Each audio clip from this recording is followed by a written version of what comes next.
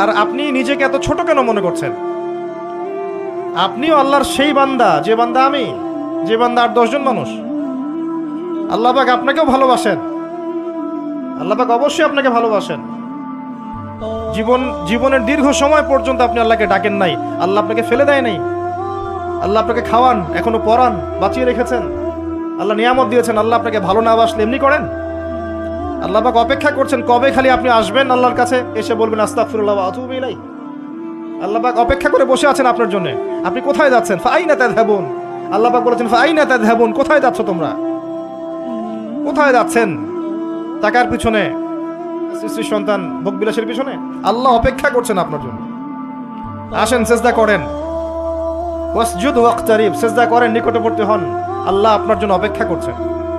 যাবেন না আল্লাহর কাছে? আল্লাহ পাক সবাইকে আল্লাহর কাছে ফিরে আসার তৌফিক দান করুন। এটাই হোক আমাদের কাছে আসার গল্প, এটাই হোক আমাদের কিসের গল্প?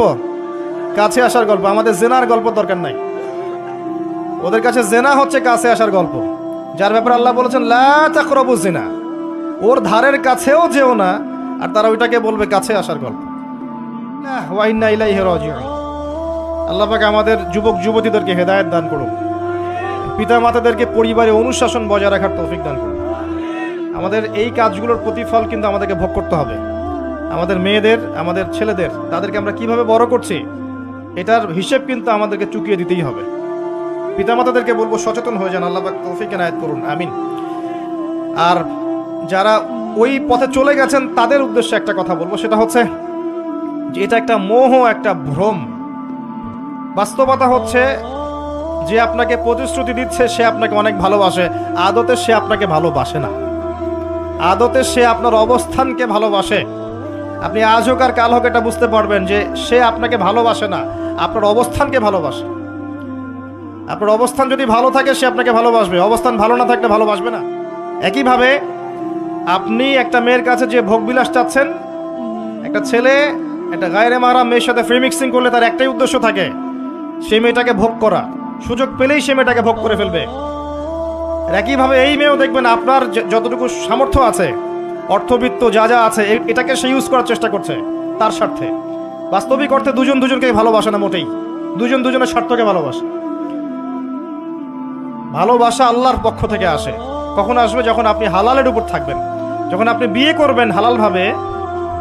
অচেনা একটা মেয়ের প্রতি দেখবেন আল্লাহ পাক এমন ডিভাইন একটা লাভ দিয়ে দিবেন, ওয়াজআলা বাইনাকুম মাওয়াজ্জাতা ওয়া রাহমা। আল্লাহ পাক তার পক্ষ থেকে উভয়ের মাঝখানে হৃদ্যতা, ভালোবাসা, মহব্বত দান করবেন। বলেন সুবহানাল্লাহ।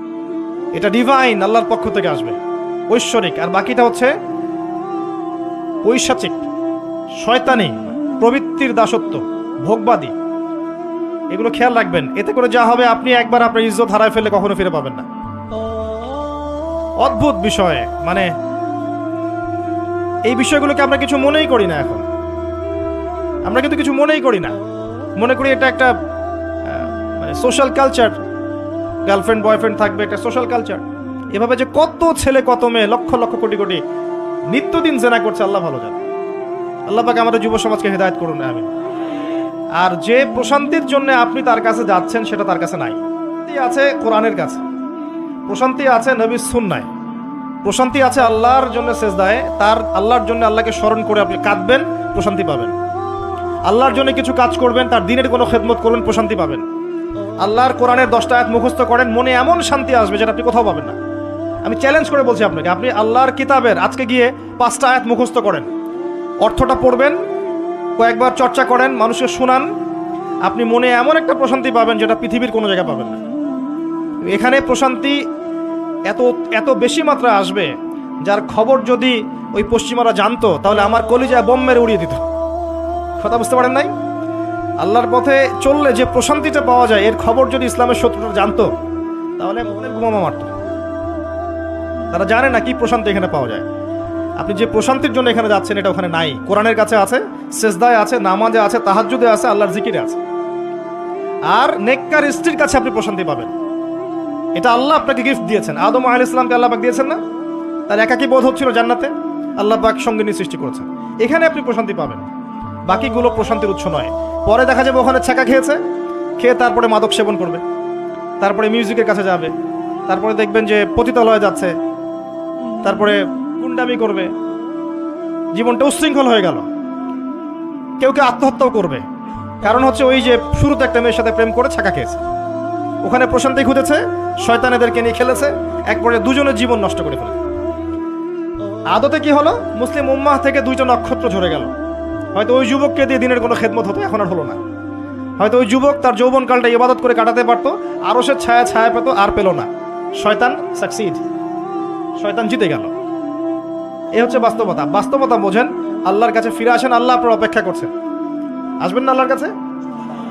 এটাই হোক আল্লাহর কাছে আমাদের কাছে আসার গল্প। আল্লাহ পাক আমাদেরকে তৌফিক দান করুন, আল্লাহুম্মা আমিন। নামাজটা ছাড়েন না, যত পাপ করছেন করেন, আমি বলি নামাজ ছাড়েন না। একদিন নামাজই আপনাকে পাপ থেকে বের করে আনবে ইনশাআল্লাহ। শয়তান আপনাকে হতাশ করতে চাইবে, শয়তান আপনাকে হতাশ করতে চাইবে যে তুই তো গার্লফ্রেন্ডের সাথে কথা বললি, রাতের বেলা পর্ন দেখলি, তুই তো ফ্রি মিক্সিংয়ে আছিস, তুই মাদক দ্রব্য খাচ্ছিস, তুই কাজে ফাঁকি মারিস, তুই ট্যাক্স আদায় করিস নাই, দুর্নীতি করছিস, তুই আবার নামাজ পড়বি কেন? শয়তান আপনাকে এগুলো বোঝাবে কিন্তু, যে নামাজ তো আমার শোভা পায় না, আমি তো অনেক পাপী মানুষ। এই ধোকায় পা দিবেন না। আপনি নামাজ কন্টিনিউ করতে থাকেন, ইনশাআল্লাহ আল্লাহ পাক আপনাকে পাপ থেকে বের করে আনবেন ইনশাআল্লাহ। ওই নামাজটা যদি ছেড়ে দেন তাহলে আর কোনো হাতিয়ার বাকি থাকবে না। আর আপনি যত পাপ করেন না কেন, মায়ুস হবেন না, মন ছোট করবেন না। আপনার একটা সেজদা, যে সেজদা আপনি চোখের পানি ঢেলে দিয়েছেন আল্লাহর কাছে, যে আল্লাহ আমার ভুলগুলো তুমি মাফ করে দাও, আমার তওবা তুমি কবুল করো, ইনশাআল্লাহ দেখবেন ওই একটা সেজদা যদি কবুল হয়ে যায়, আল্লাহ পাক আপনার সব গুনাহ মাফ করে দিবেন ইনশাআল্লাহ।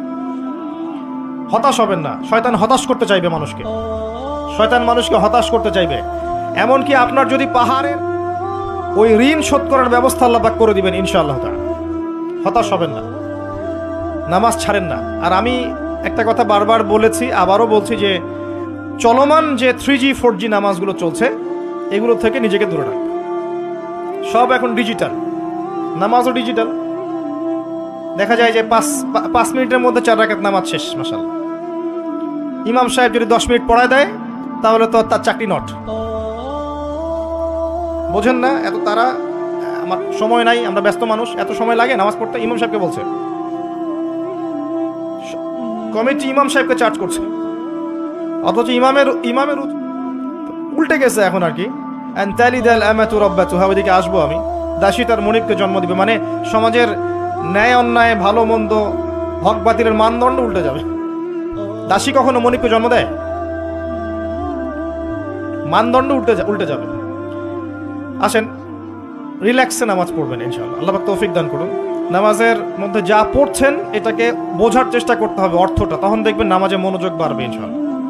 তার আগে অজুটাকে ভালো করে করবেন, রিল্যাক্সে অজু করেন, অজুর অঙ্গগুলোকে সুন্দর করে ধোন। অজু পরিষ্কার হয় না, এই জন্য নামাজে মনোযোগ থাকে না।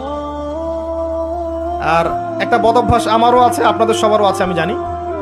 অজুতে আমরা যে পরিমাণ পানি খরচ করি, এই পরিমাণ পানি দিয়ে নবী সাল্লাল্লাহু আলাইহি ওয়াসাল্লাম গোসল করতেন। হ্যাঁ, আর আপনার মাথায় যত চুল আছে তার চেয়ে বেশি চুল ছিল নবী সাল্লাল্লাহু আলাইহি ওয়াসাল্লামের মাথায়। আপনার দুজন তিনজনের মাথায় যত চুল আছে তার চেয়ে বেশি চুল ছিল নবী সাল্লাল্লাহু আলাইহি ওয়াসাল্লামের মাথায়। তারপরেও তিনি অল্প পানি দিয়ে গোসল করে ফেলতেন। আর আমাদের দেখবেন জারিমানের জোর যত বেশি, তার ট্যাপের স্পিড তত বেশি। জোরে ট্যাপ ছেড়ে দিয়েছে, অজু করতেছে। একজন মানুষের গোসলের পানি দিয়ে একাই অজু করে ফেলে। পানির লেয়ার দিন দিন নেমে যাবে আমাদের এই পাপের কারণে। কুল আরাআইতুম ইন আসবাহা মাউকুম গাওরা, সূরা মুলকের শেষ আয়াত পড়ে দেখেন। বলুন হে নবী, তোমরা যদি কখনো সকালে উঠে দেখো যে পানির স্তর সব নিচে নেমে গেছে, পানি নাই, মা ইয়াতিকুম বিমাইন মাইন, কোন সেই সত্তা আছে তোমাদেরকে পানি এনে দিবে, প্রবাহমান পানি? দিন দিন ঢাকা শহর সহ বড় বড় যে সিটিগুলো আছে, এগুলোর পানির লেয়ার নিচে নেমে যাচ্ছে। আমাদের অপচয়ের কারণে এমন হচ্ছে। প্রচুর পানি আমরা অজুতে অপচয় করি।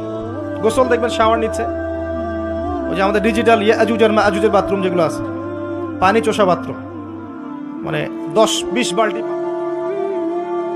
হ্যাঁ, আর মহিলা হলে তো কথাই নাই, আরো 10 বালতি এক্সট্রা লাগায়। তো সমস্যা, অজু ঠিক করতে হবে, তারপরে সালাতে মনোযোগ বসবে ইনশাআল্লাহ। আল্লাহ পাক আমাদেরকে সালাত বুঝে আদায় করার তৌফিক দান করুন।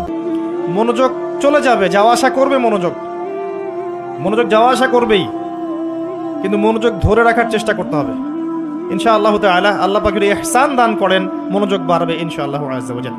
আরেকটা টিপস বলবো, সেটা হলো নামাজে সূরাগুলোর মধ্যে ভেরিয়েশন রাখতে হয়। যেমন প্রতিদিন যদি আপনি একই রকম সূরা পড়েন, যে আপনি প্রত্যেক ওয়াক্তেই যদি একই সূরা দিয়ে নামাজ পড়ে থাকেন, দেখবেন মনোযোগটা তুলনামূলক কম পাচ্ছেন। এক এক রাকাতে যদি আপনি ভেরিয়েশন নিয়ে আসেন, সূরার মধ্যে ভেরিয়েশন বোঝেন তো, বৈচিত্র্য নিয়ে আসেন, আপনি দেখবেন মনোযোগ বাড়বে। খেয়াল করে দেখেন।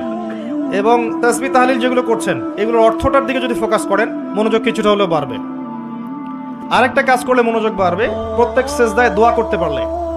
সেজদা করছেন, শুধু সুবহান রাব্বিয়াল আ'লা এতটুকু বলে উঠে যাবেন না, কমপক্ষে একটা দুটো দোয়া করেন, একটা দুটো দোয়া করেন সেজদায়। কারণ সেজদায় সবচেয়ে বেশি দোয়া হয়। আল্লাহ রাসূল সাল্লাল্লাহু আলাইহি ওয়াসাল্লাম বলেছেন, বান্দা সেজদায় আল্লাহর যত কাছে থাকে, অন্য কোনোভাবে বান্দা এত কাছে আসতে পারবে না। এবং এখানে তোমরা বেশি বেশি দোয়া করো। নবী সাল্লাল্লাহু আলাইহি ওয়াসাল্লাম বেশি বেশি দোয়া করতে বলেছেন। দোয়ার জন্যে হুজুর ডেকে এত খাওয়ানোর দরকার নাই, নিজে দোয়া করা শেখেন, নিজে দোয়া করা শেখেন। নিজের বাবার জন্য, মায়ের জন্য, আপনার আত্মীয় স্বজনের জন্য, আপনার নিজের জন্য, আপনার স্ত্রী সন্তানের জন্য, সমাজের জন্য দোয়া করতে শেখেন। আপনার একটা প্রয়োজন, এই প্রয়োজনটাকে আমি বুঝতে পারবো, ওই আবেগটাকে আমার আসবে। আপনার যেটা প্রয়োজন, আপনার আবেগ আপনার আসবে। আপনার সন্তান অসুস্থ, আমি কি বুঝবো সেই ফিলিংসটা কেমন? আপনি বুঝবেন সেই ফিলিংসটা কেমন। অতএব নিজে আল্লাহর সাথে সম্পর্ক করেন। আর আপনি নিজেকে এত ছোট কেন মনে করছেন?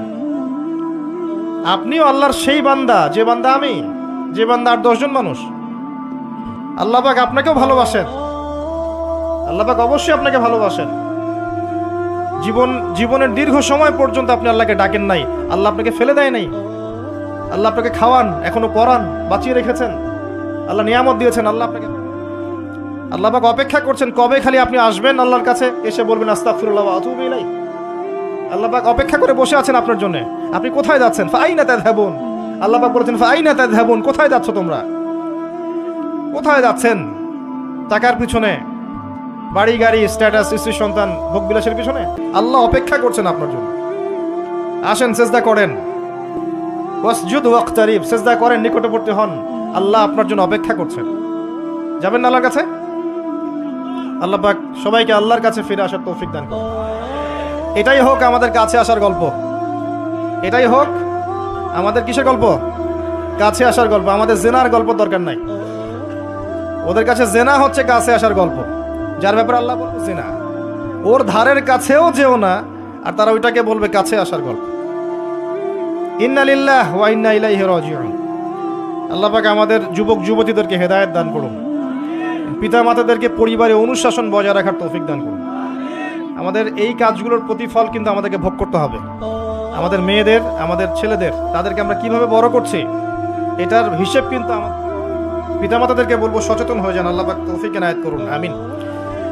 আর যারা ওই পথে চলে গেছেন তাদের উদ্দেশ্যে একটা কথা বলবো, সেটা হচ্ছে যে এটা একটা মোহ, একটা ভ্রম। বাস্তবতা হচ্ছে যে আপনাকে প্রতিশ্রুতি দিচ্ছে সে আপনাকে অনেক ভালোবাসে, আদতে সে আপনাকে ভালোবাসে না। আদতে সে আপনার অবস্থানকে ভালোবাসে। আপনি আজ হোক আর কাল হোক এটা বুঝতে পারবেন যে সে আপনাকে ভালোবাসে না, আপনার অবস্থানকে ভালোবাসে।